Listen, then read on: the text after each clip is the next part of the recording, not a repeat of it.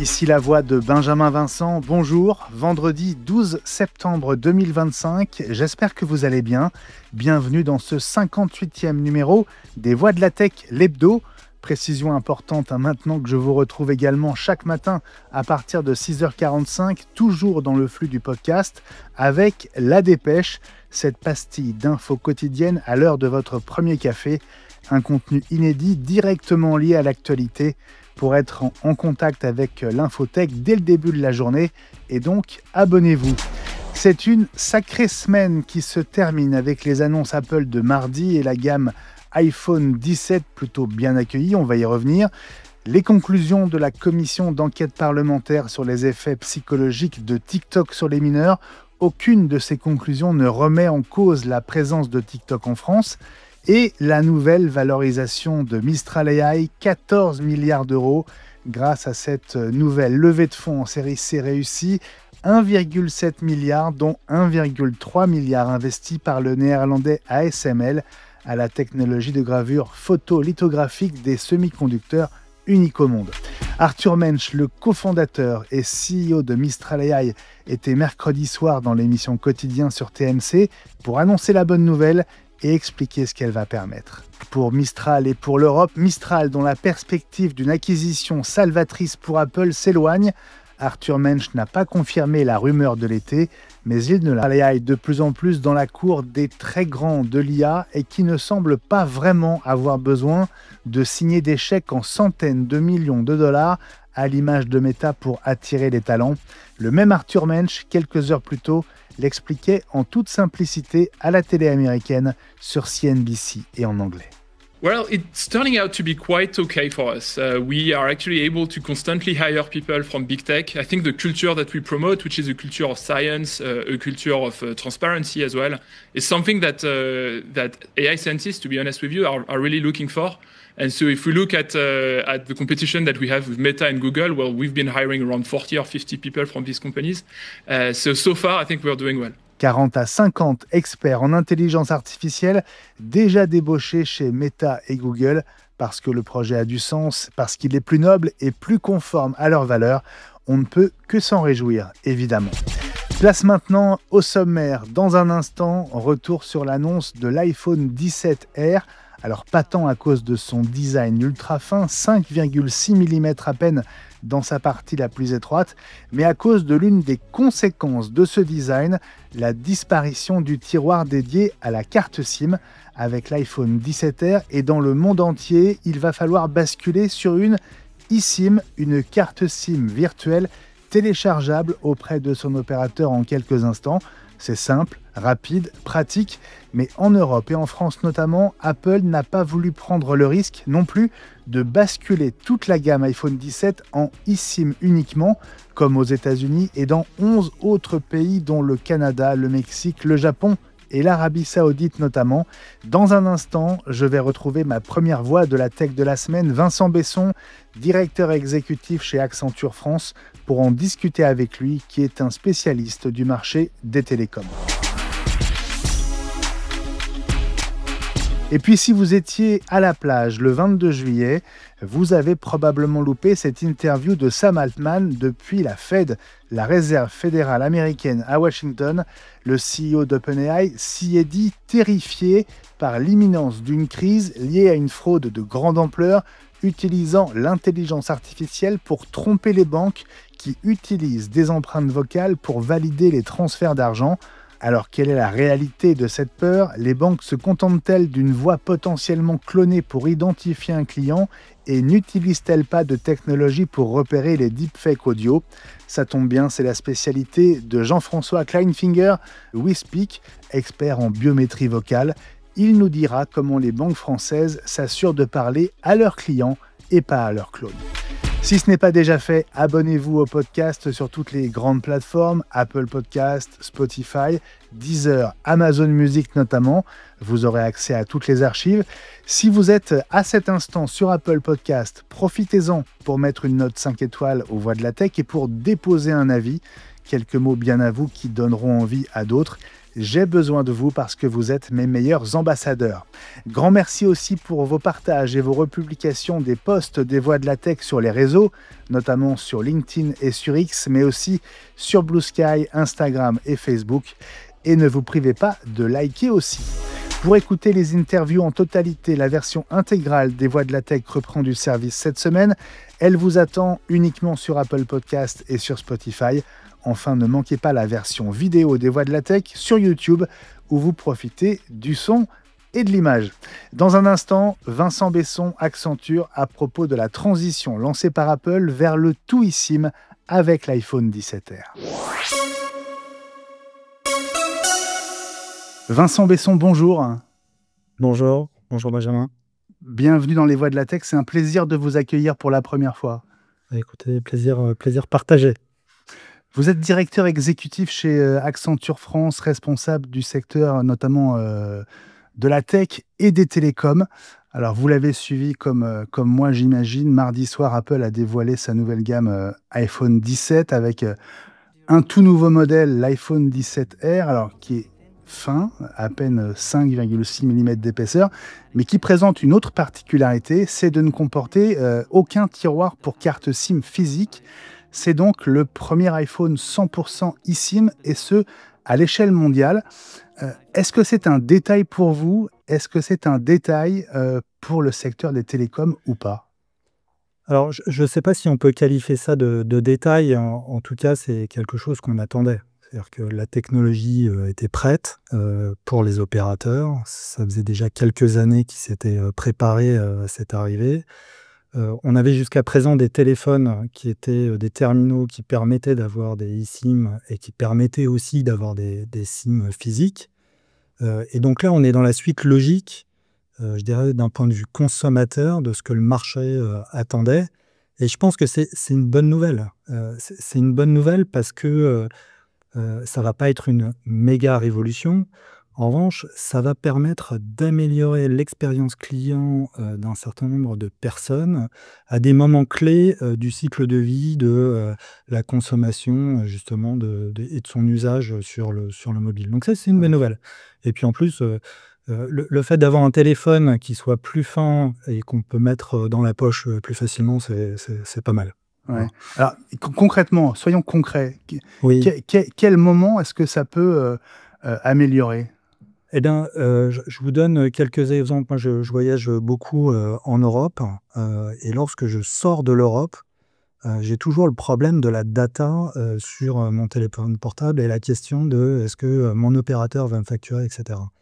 Et une des problématiques, c'est d'avoir des forfaits qui nous suivent à l'international et qui permettent justement d'avoir des enveloppes de data en fonction de la région dans laquelle on se trouve. La très bonne nouvelle, en Europe, on connaît la régulation, il n'y a plus de soucis, mais quand on sort de l'Europe, avec la eSIM, et en particulier sur les derniers terminaux, c'est très facile de souscrire un abonnement puisqu'il n'y a plus de SIM physique. Et du coup, avoir un abonnement qui est dédié, qui est éphémère et qui permet de correspondre à un moment particulier, et bien maintenant, c'est possible. Et je dirais que ça, c'est le premier élément. Le deuxième élément qui va certainement chambouler les habitudes, c'est qu'on va fluidifier quelque part la capacité pour les utilisateurs de terminaux mobiles de changer d'opérateur. C'est-à-dire que la carte SIM, ça restait finalement la dernière barrière physique pour justement changer facilement, quasiment instantanément d'opérateur. Donc c'est pas une révolution, c'est une suite logique de ce qu'on avait anticipé.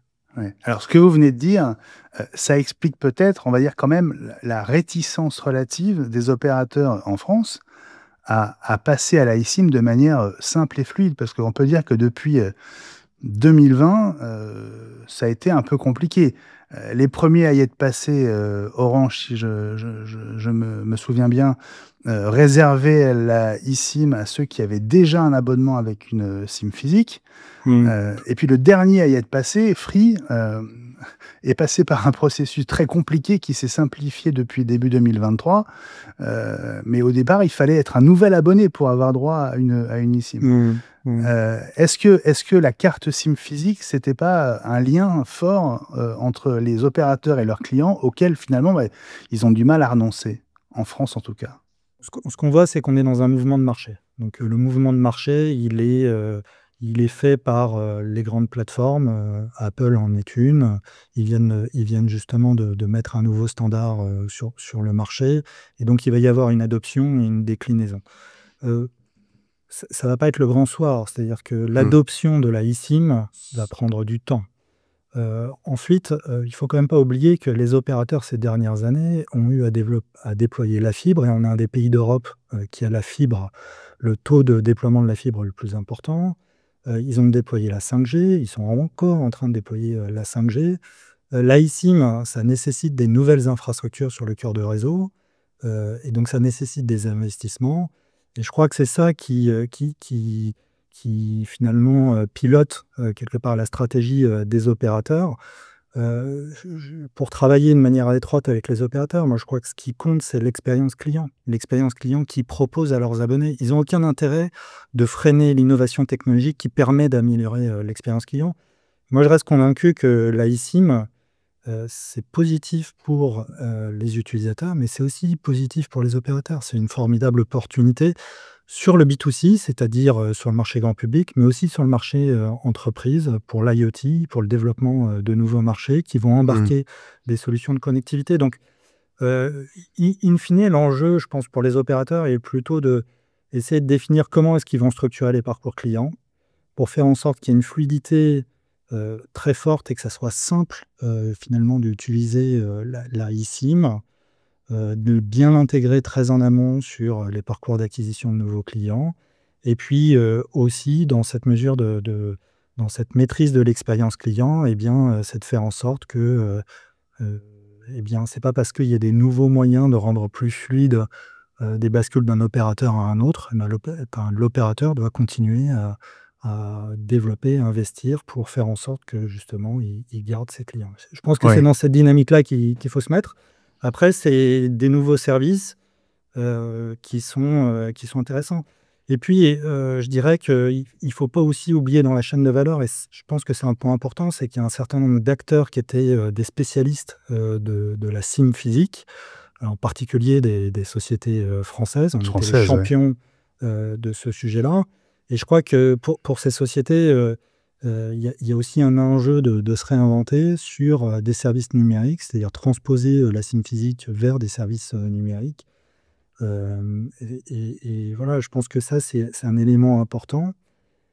Et puis, si on se projette un petit peu plus loin que le sujet des télécoms, c'est aussi une opportunité pour dématérialiser, et c'est déjà le cas, un certain nombre de transactions. Je pense en particulier des transactions bancaires qui se font sur une SIM physique qui est la carte bancaire.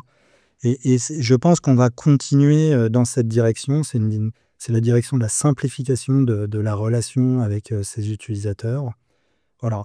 Je pense que le sujet auquel il faut être vigilant, et si vous vous rappelez des télécoms, il y a une vingtaine d'années, on avait des téléphones qui étaient bloqués sur une SIM d'un opérateur. Ouais.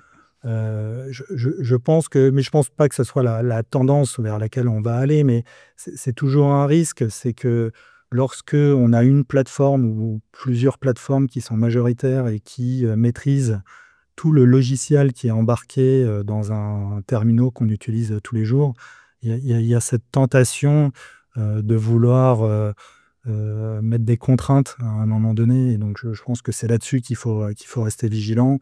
Bon, le marché aujourd'hui est clairement orienté vers plus de liberté, offrir le maximum de services à l'utilisateur. Donc, je pense que c'est plutôt une bonne chose. Et je pense que de la part des plateformes, c'est plutôt bien joué parce que ils deviennent, sur une relation qui était bipartite, ça devient une relation tripartite sur laquelle la plateforme joue un rôle de plus en plus important. Voilà. Donc c'est un moment intéressant. Vous parliez on va dire, d'une sorte d'attachement de la France à la carte SIM. Ça renvoie évidemment à la carte à puce, à Roland Moreno, il y a quelques dizaines d'années. Le sujet, c'est aujourd'hui avec l'iPhone 17R, c'est pas tellement l'intérêt de l'iSIM, c'est le fait d'avoir un premier iPhone en fait qui ne laisse plus le choix, c'est-à-dire que il ne fonctionne qu'avec une eSIM. on aura beau récupérer sa carte SIM, nano SIM dans son iPhone précédent, on n'a pas de tiroir pour réintégrer sa carte SIM avec l'iPhone 17R. Donc, il y a une vraie, il y a un saut culturel, d'une certaine manière. On sait qu'Apple a formé ses équipes depuis la fin de l'été pour répondre aux clients à partir du jour de la commercialisation, donc le 19 septembre. Voilà. Il va comme y avoir un petit choc culturel, là, vous pensez, pour les acheteurs intéressés par cet iPhone 17R. On sait que les États-Unis sont passés au tout eSIM depuis 3 ans maintenant. En France, ce n'est pas encore le cas. Alors, c'est pas le cas, mais on a la chance d'avoir des opérateurs qui ont une présence sur les territoires qui est très forte. Bon, c'est un changement qui est préparé de longue date, et donc c'est un changement qui est anticipé pour tous les acteurs qui justement proposent soit des terminaux avec abonnement. Et donc je pense que les enjeux principalement pour les opérateurs, parce qu'une très grosse partie des terminaux sont vendus en boutique opérateur, ça va être d'accompagner ce changement, d'expliquer, d'accompagner. Donc il y a une phase de pédagogie. Le renouvellement des terminaux, c'est à peu près tous les 24 mois.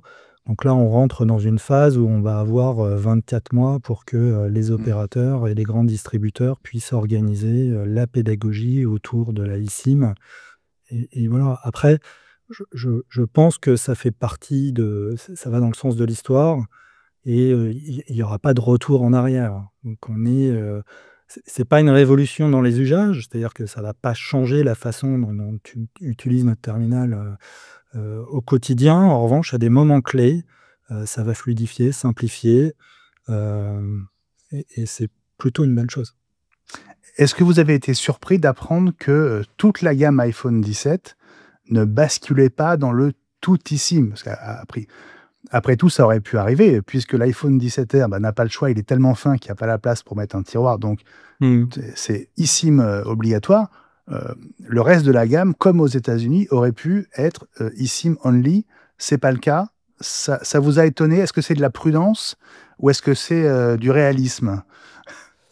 Je pense que le constructeur en question est plutôt une stratégie marketing qui est bien définie, et savent ce qu'ils font. Et cette approche du marché est une approche qui me semble cohérente.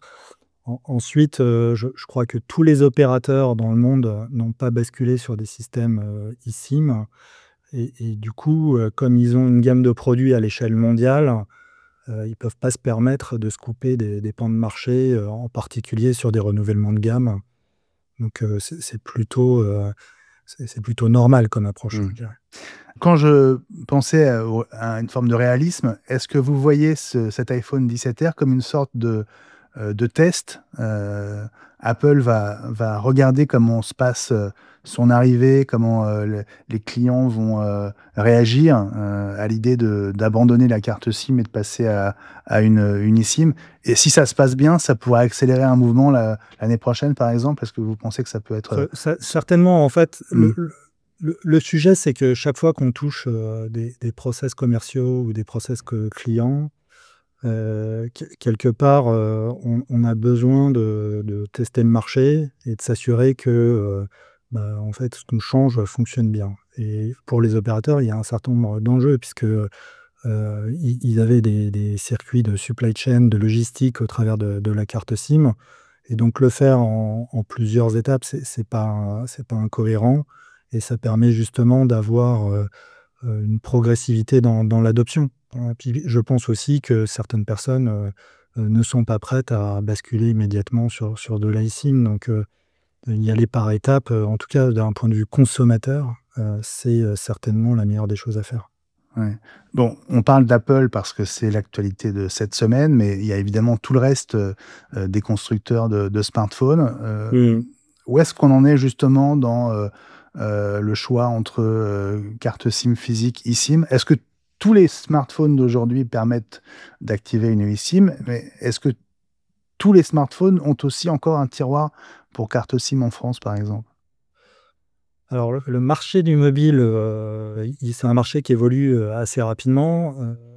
Je pense qu'aujourd'hui, il y a quelques constructeurs qui font le marché, Et quand un de ces constructeurs prend une position forte sur le marché, que ça soit Samsung, Apple et bien, généralement, ça crée une tendance et donc il y a une forme d'alignement sur cette nouvelle technologie, sur ces nouvelles technologies ou ces nouvelles façons de faire. Donc moi, je ne serais pas étonné que les compartiments, les segments de gamme s'alignent entre les différents constructeurs sur le sujet. Effectivement, ce qu'on a vu récemment, là, c'était un changement, donc il faut s'attendre que les autres constructeurs s'alignent dessus. Je pense que c'est pas étonnant. Oui. Si vous deviez aller mettre une pièce sur l'année prochaine, est-ce que vous pensez que le marché basculera vers le tout eSIM ou est-ce que vous pensez que cette transition à laquelle vous faisiez allusion, elle va durer plusieurs années encore? Alors, j'ai pas de boule de cristal. Moi, je suis comme vous un observateur et ce que je vais faire, c'est que je vais justement regarder avec beaucoup d'intérêt quel va être le retour du marché et l'usage que vont en faire les abonnés, parce que c'est ça qui finalement compte. Et puis, ce qui va être intéressant aussi, ça va être les nouveaux modèles de commercialisation, la façon dont les opérateurs s'emparent de cette nouvelle technologie dans la relation qu'ils ont avec leurs abonnés. Et là-dessus, il y a beaucoup de choses à faire. Donc si je comprends bien, si je lis entre vos lignes, ça veut dire que ça va aussi dépendre des évolutions que vont adopter ou pas les autres fabricants de smartphones d'ici l'année prochaine, c'est-à-dire Samsung, Xiaomi, Honor, etc. Je pense qu'on verra émerger sur le marché la technologie eSIM et certainement plus de terminaux qui vont être eSIM only. Moi, je pense que l'enjeu, c'est comment est-ce qu'on amène cette technologie à l'utilisateur final qui n'a pas le même niveau de maturité que vous, par exemple, sur la technologie, et comment est-ce qu'on rend simple l'usage de cette nouvelle technologie. Et je pense que les acteurs qui ont un rôle important là-dessus, c'est bien entendu les constructeurs, mais aussi les opérateurs, puisque c'est eux qui, in fine, indirectement commercialisent ce type de produit et la technologie qui est avec. Vincent Besson, directeur exécutif chez Accenture France, spécialiste du marché des télécoms. Merci beaucoup d'avoir été l'une de mes voix de la tech cette semaine. Je vous dis à bientôt. Avec plaisir. Merci Benjamin.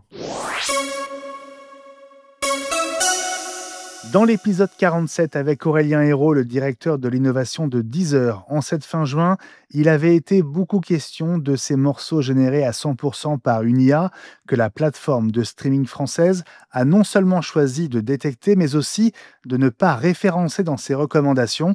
Il y a 2 mois et demi, Aurélien s'appuyait sur les données d'avril 2025. Ces titres 100% IA représentaient alors 18% de la musique livrée sur Deezer, contre 10% en janvier. Eh bien, selon Deezer, ce 11 septembre, ce sont désormais 30 000 morceaux par jour, soit 28% du total, qui est entièrement généré par de l'IA désormais. Plus que jamais, Deezer réaffirme sa stratégie de non-intégration dans les recommandations éditoriales et algorithmiques pour limiter notamment l'impact sur les artistes et les royalties. Vivatech 2026, ce sera du 17 au 20 juin prochain. Mais à l'approche de ses 10 ans, l'événement Tech, Startup et Business a donné le coup d'envoi officiel de ce compte à rebours de 9 mois en réunissant plus de 250 partenaires mercredi soir, porte de Versailles à Paris, sur les lieux du crime donc. L'occasion d'une confirmation, l'an prochain finit le hall 1, juste devant le Dôme de Paris. Vivatech s'installera en juin prochain dans le hall 7 et sur 3 niveaux. D'ici là, le CES 2026 se tiendra du 6 au 9 janvier prochain à Las Vegas, évidemment. Si vous envisagez d'y aller, sachez que les accréditations qui ont ouvert ce mercredi sont gratuites pendant un temps limité pour les visiteurs internationaux. Attention cependant, le CES reste réservé aux professionnels de l'industrie, aux analystes et aux médias, et donc pensez à soigner votre CV. Enfin, sachez qu'Orange annonce avoir atteint le cap historique des 10 millions de clients connectés en fibre optique en France, à rapprocher notamment des 6 200 000 clients fibre chez Free, selon les derniers chiffres du groupe de Xavier Niel. Allez, dans un instant, Sam Altman prédisait cet été une fraude massive dans les banques via des deepfakes audio. Peur fondée ou pas, l'empreinte vocale est-elle utilisée? Le risque existe-t-il? Comment le supprimer? Ma deuxième voix de la tech de la semaine, Jean-François Kleinfinger, va, je l'espère, tout m'expliquer. Jean-François Kleinfinger, bonjour. Bonjour Benjamin. WeSpeak, alors je vais les player parce qu'on risque de se tromper. W-H-I-S-P-E-A-K, c'est ça? Whisper and Speak. WeSpeak. Voilà. Absolument. Je suis COO, je suis un des 3 cofondateurs de cette magnifique entreprise. Voilà. WeSpeak.io, c'est votre site web. Alors, Oui. je vous présente en 3 mots, Jean-François. Ex-Centrale Nantes, ex-chercheur en robotique. Vous avez donc créé WeSpeak en mai 2019. Votre spécialité, c'est la biométrie vocale et la détection des deepfakes audio et donc des voix de synthèse pour lutter contre les usurpations d'identité et la désinformation. C'est bien ça? Absolument. On travaille en résumé sur l'identité vocale. Comment faire de la voix un élément de notre identité personnelle. Ça tombe bien, hein, c'est notre sujet ensemble aujourd'hui. Merci beaucoup d'être l'une de mes voix de la tech de la semaine. Merci aussi d'avoir accepté de nous éclairer sur la réalité ou pas de ce dont s'est inquiété Sam Altman en plein cœur de cet été. Alors, je vais resituer le contexte. On est le 22 juillet dernier, donc en plein cœur de l'été, juste avant l'officialisation aux États-Unis du fameux projet Stargate, hein, cet investissement de 500 milliards de dollars dans l'IA. Le CEO d'OpenAI est à Washington et pas n'importe où, à la Réserve fédérale, autrement dit la Banque centrale des États-Unis, l'épicentre de l'économie américaine. Et c'est donc à la Fed que Sam Altman répond à une assez longue interview à propos des conséquences économiques et sociétales de l'intelligence artificielle. Il est donc question des banques et de l'IA, ce qui va inciter Sam Altman à partager ce sentiment pas vraiment rassurant. Jean-François, je vous propose qu'on écoute le CEO d'OpenAI et on en discute juste après. I am very nervous about this. A thing that terrifies me is apparently there are still some financial institutions that will accept a voice print as authentication for you to like move a lot of money or do something else. You say a challenge phrase and they just do it. That is a crazy thing to still be doing. Like AI has fully defeated that. AI has fully defeated most of the ways that people authenticate currently, other than like passwords, but all of these like fancy, take a selfie and wave or do your voice or whatever. I am very nervous that we have a significant impending fraud crisis because of this. We have tried, I think other people in our industry have tried to sort of warn people like, hey, just because we're not releasing the technology doesn't mean it doesn't exist. Some bad actor is going to release it. This is not a super difficult thing to do. This is coming very, very soon.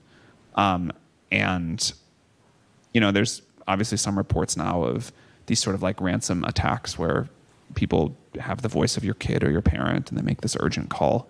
That is going to get so compelling. Society has to deal with this problem more generally, but people are going to have to change the way they interact. They're going to have to change the way they verify, like this person calling me. Right now it's a voice call. Soon it's going to be a video FaceTime. It'll be indistinguishable from reality. And teaching people how to authenticate in a world like that, how to think about, the fraud impacts. This is a huge deal. Jean-François Kleinfinger, vous avez des banques parmi vos clients? Bien sûr. Ouais. Des banques, des assurances, des telcos, bien sûr, des militaires.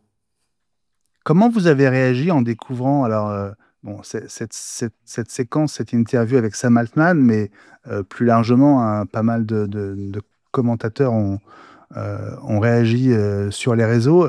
Est-ce qu'il est exact que des banques utilisent encore la voix ou le visage comme moyen de s'authentifier, notamment en France? Bien sûr.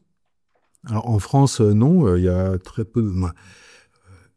La voix n'est pas utilisée en France en tant que moyen d'authentification, c'est utilisé partout dans le monde, par tout un ensemble d'institutions. Mais peut-être qu'il faut qu'on reparle avant de ce que c'est que l'authentification.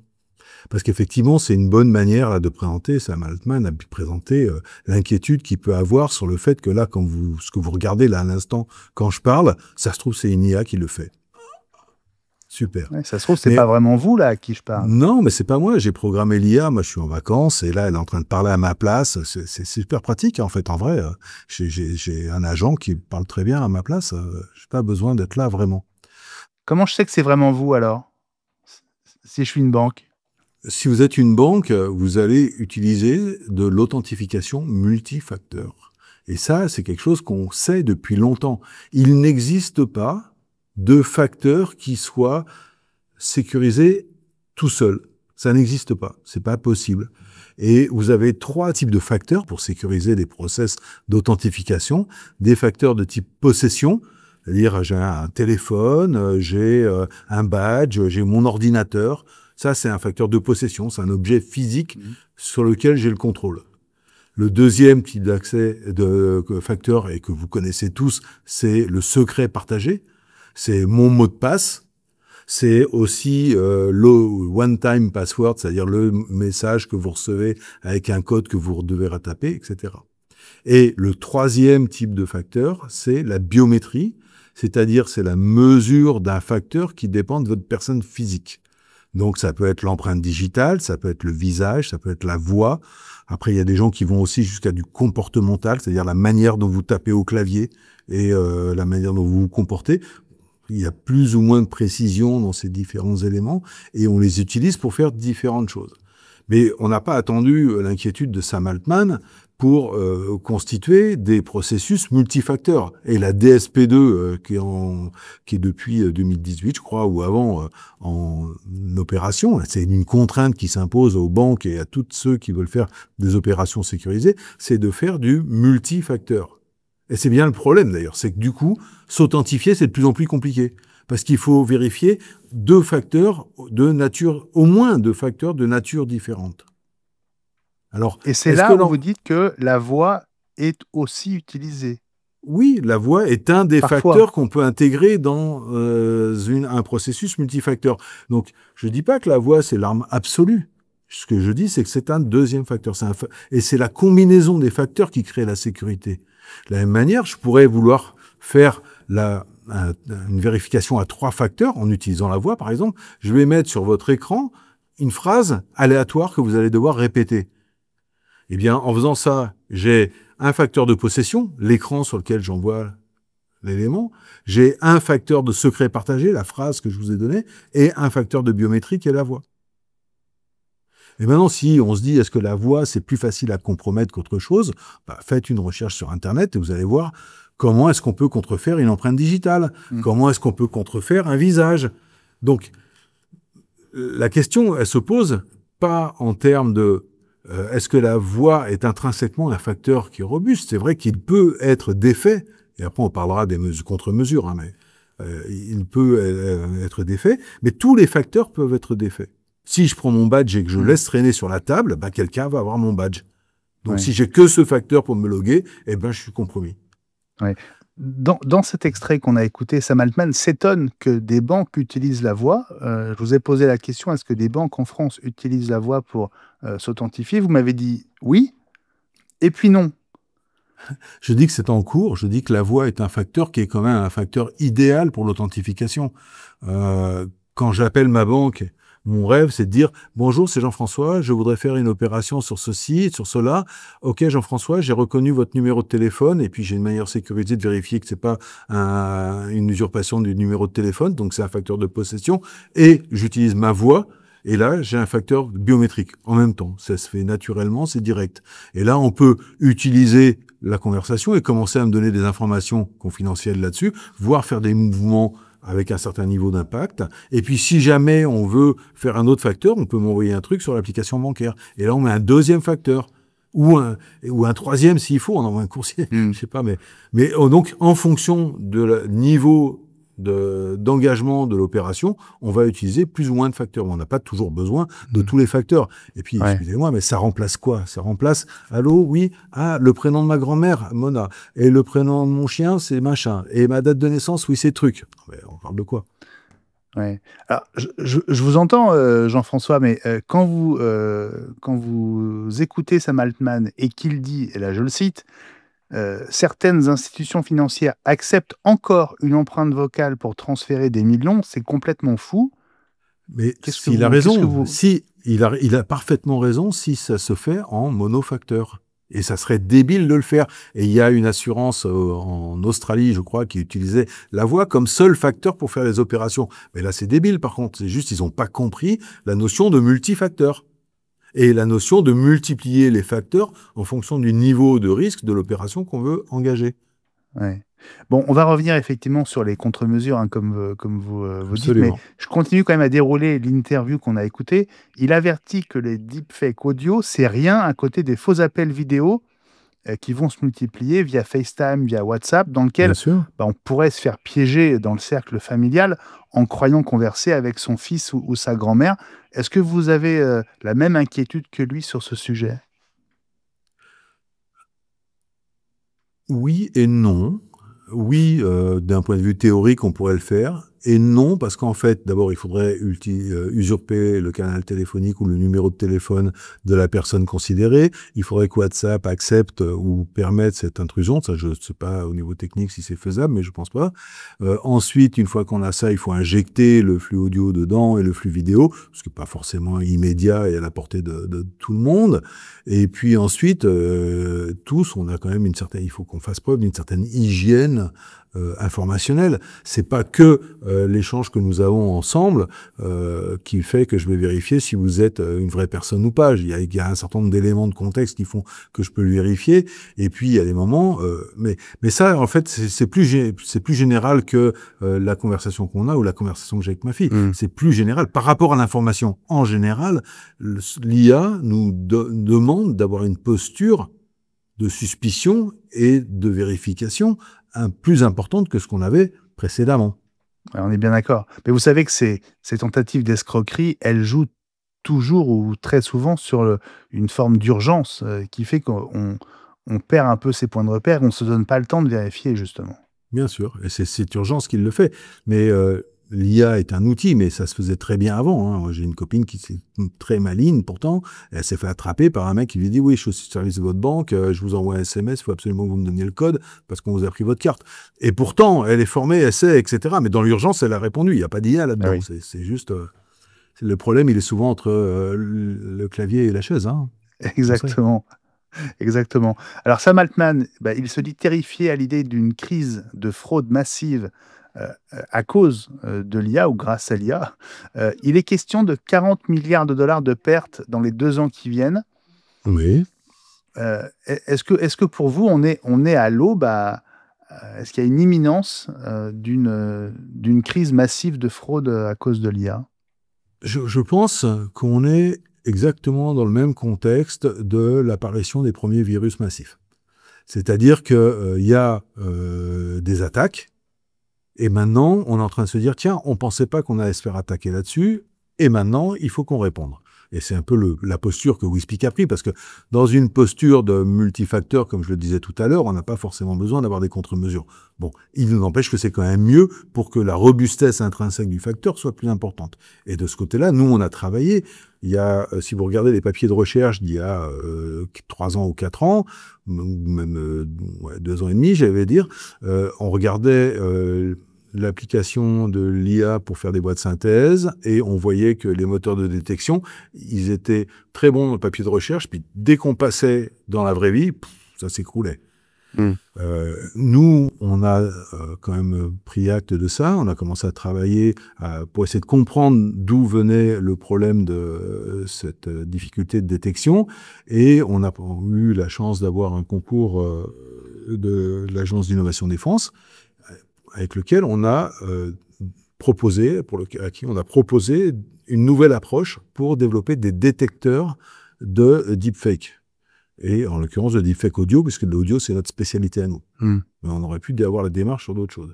Et cette approche, elle vise à faire en sorte que, en fait, on se comporte comme un éditeur d'antivirus.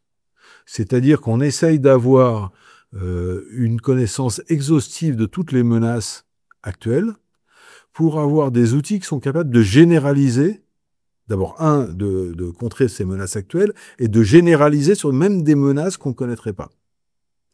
Et le fruit de notre travail est tout à fait intéressant, puisque justement, on a montré qu'on est capable, avec cette approche-là, de développer des détecteurs de deepfake qui, j'allais dire, renversent la table, c'est-à-dire qu'ils sont maintenant capables d'avoir sur les menaces standards des taux de détection à plus de 99%. Alors, ça ne veut pas dire qu'on est capable de tout détecter. On sait qu'il y a encore des éléments. Mais là, la question, c'est quel prix vous allez mettre pour le faire. Quelle technologie, quel niveau de technologie. Et on ne saura jamais tout protéger. Vos outils de détection de deepfake chez WeSpeak, Jean-François Kleinfinger, à qui s'adressent-ils? Que sont ces outils et à quoi ils servent concrètement?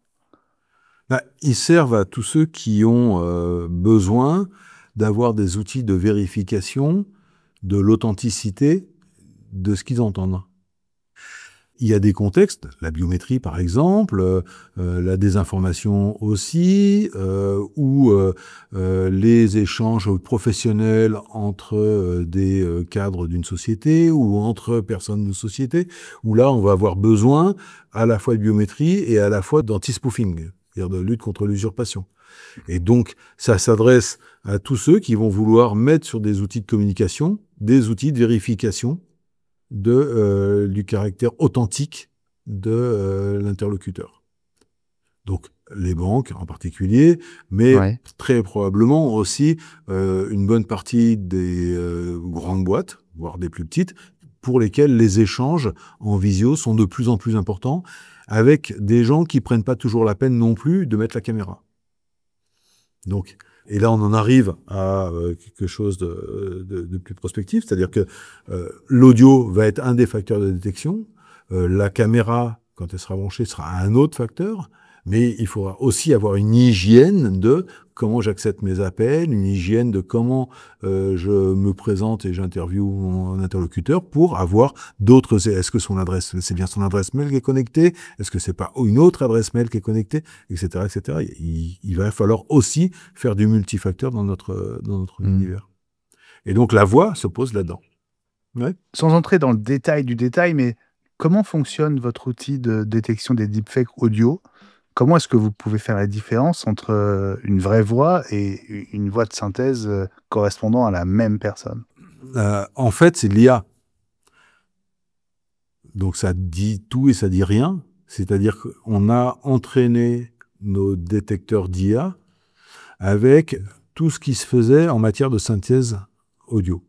Autrement dit, on a pris tous les outils commerciaux, on a créé des voix de synthèse avec eux, on a pris tous les outils open source, on a fait des échantillons, on a utilisé des technologies text-to-speech, des technologies de conversion de voix, des technologies de synthèse, de concaténation, bref, tout ce qui se faisait. Et on a créé un des plus gros, peut-être si ce n'est le plus gros dataset au monde de voix de synthèse, et qui soit pas seulement en anglais, parce que c'est un gros défaut des datasets classiques, mais qui soit multilingue et avec suffisamment de variété pour qu'on puisse aller piocher tout ce qu'il nous faut pour entraîner des IA à distinguer le vrai du faux. Et ça marche. Et donc, le principe de cet éditeur antivirus ou d'antifake que nous voulons être, c'est que justement, comme d'abord il a vu beaucoup de systèmes, il est capable de généraliser. Donc, une nouvelle technologie qui sort, même si j'ai pas d'exemple de cette technologie-là, en général, on arrive à le détecter, peut-être avec un taux qui est moindre que les autres, mais on le détecte, pour beaucoup. Et deuxièmement, une fois qu'on a vu cette nouvelle technologie, on prend des échantillons, on intègre dans notre système, et du coup, notre système commence à les détecter de manière beaucoup plus efficace. Nathalie Birochot, la CEO de IRCAM Amplify, était l'une des voix de l'épisode 4. C'était le 18 octobre dernier. Elle était venue nous présenter son outil, l'AI Speech Detector. J'imagine que vous connaissez, enfin vous êtes sur le même créneau. Qu'est-ce qui vous différencie? La performance? Non, mais on les connaît bien, on discute avec eux, donc... Je pense que IRCAM, Amplify, ils ont des domaines d'action qui sont pas forcément en recouvrement avec les nôtres. Ce sont deux sociétés françaises qui travaillent sur un créneau similaire pour la défense, entre guillemets, des citoyens sur l'information. L'IRCAM travaille aussi sur des notions qui sont plus des notions musicales et choses comme ça, sur lesquelles ils ont une spécialité à développer. Nous, on va se concentrer sur la partie vocale de ce qui est dit et de l'interaction vocale. Donc, on n'est pas en concurrence, on est en complémentarité plutôt. Est-ce que les banques sont conscientes du danger? Est-ce qu'elles sont demandeuses de vos solutions ou est-ce que vous êtes encore obligé de les convaincre?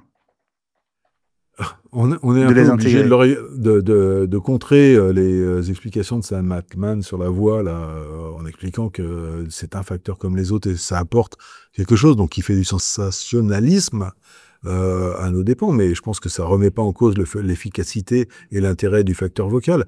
Nous, ce qu'on leur explique, c'est que le facteur vocal plus la détection de deepfake, ça crée un facteur qui est au moins aussi robuste que tous les autres facteurs qu'ils ont, et donc qui peut être inclus dans un process d'authentification ergonomique. C'est-à-dire que quand je suis au téléphone et que je dois faire une authentification multifacteur, si on m'envoie un SMS que je suis obligé ça rompt le fil de la conversation. Je veux bien ça si jamais l'opération que je vais faire, elle est compliquée. Quand j'appelle ma banque et que la première minute, elle est consacrée à m'authentifier, mais c'est nul. Je suis pas là pour m'authentifier, je suis là pour leur parler de mon problème. Donc bien sûr qu'ils ont besoin de nous et bien sûr qu'ils ont conscience de l'intérêt de nos technologies.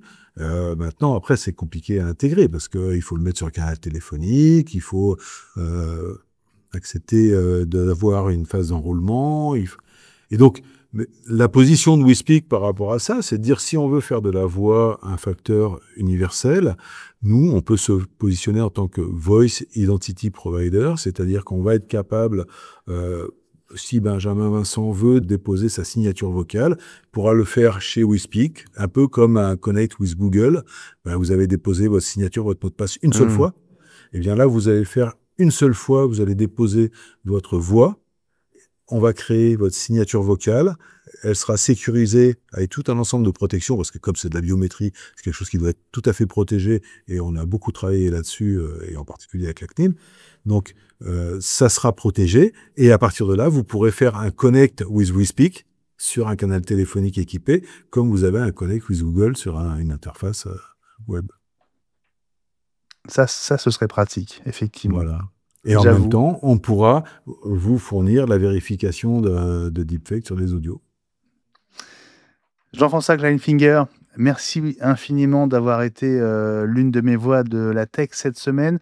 Je rappelle l'orthographe de WeSpeak. Merci Benjamin. W-H-I-S-P-E-A-K. Si vous voulez le site web, vous ajoutez .io. Merci d'être venu dans les voix de la tech et à très bientôt. Merci Benjamin pour cette invitation et à bientôt. C'était l'épisode 58 des Voix de la Tech. Découvrez la version audio intégrale sur Apple Podcast et Spotify avec la totalité des interviews. Et abonnez-vous évidemment aux Voix de la Tech sur toutes les plateformes de podcast ainsi que sur YouTube pour la version vidéo. Merci infiniment pour votre fidélité chaque semaine. Vous aimez les Voix de la Tech, faites-le savoir autour de vous et sur les réseaux. Ne vous contentez pas de liker, partagez et republier mes posts et ceux des Voix de la Tech sur LinkedIn, X, Blue Sky, Instagram et Facebook. Pour aider le podcast, il n'y a pas mieux. Vous pouvez aussi déposer un avis sur Apple Podcast en ne disant que du bien, évidemment, et avec une note 5 étoiles, ça va de soi. Je vous donne rendez-vous dès 6h45 lundi matin pour la 3e semaine de la dépêche des Voix de la Tech, cette pastille d'infotech quotidienne à écouter tous les matins sur votre plateforme de podcast préférée à l'heure du premier café. L'hebdo, lui, sera de retour vendredi 19 septembre et ce sera l'épisode 59. Entre l'hebdo et la dépêche, vous le savez désormais, les Voix de la Tech, c'est l'espace d'expression numéro 1 des grandes voix qui font la tech d'aujourd'hui, avec du recul sur l'actualité. En un mot, c'est The Tech Podcast to Be. Salut à toutes et à tous et à la semaine prochaine.